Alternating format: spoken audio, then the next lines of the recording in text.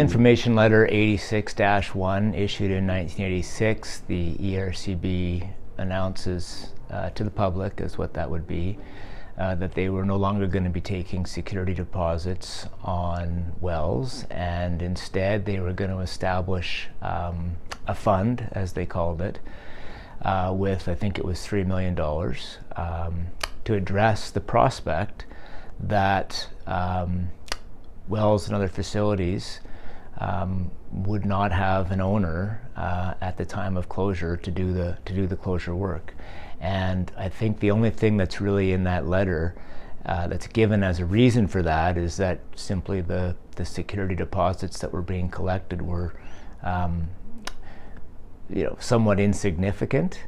And I also believe at the time that there was a sense that the orphan well problem would never be a big problem, and that the fund approach was a more sensible way to address it. And as far as we can tell from what was published back then, industry was on side with that.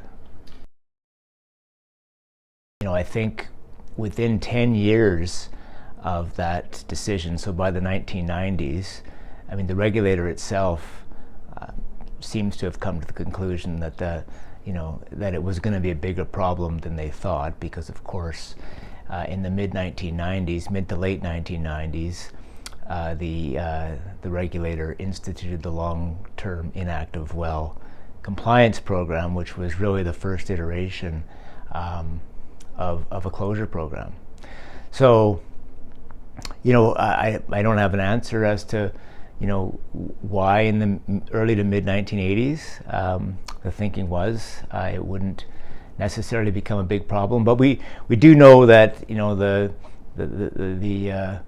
price of oil declined significantly in the early to mid 1990s, and it could simply just be that the economics looked a lot different, frankly, by the middle of the 1990s.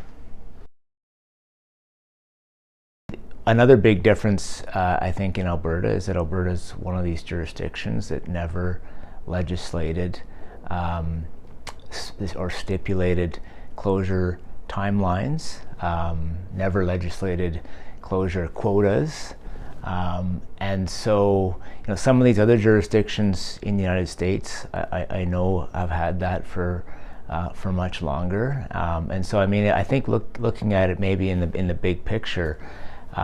Maybe Alberta at the time looked like a place where you could go and you would never be subject to these requirements, and maybe it attracted more companies than perhaps the government at the time ever thought it would. And that combined with a downturn in the oil and gas industry would have had some significant impacts.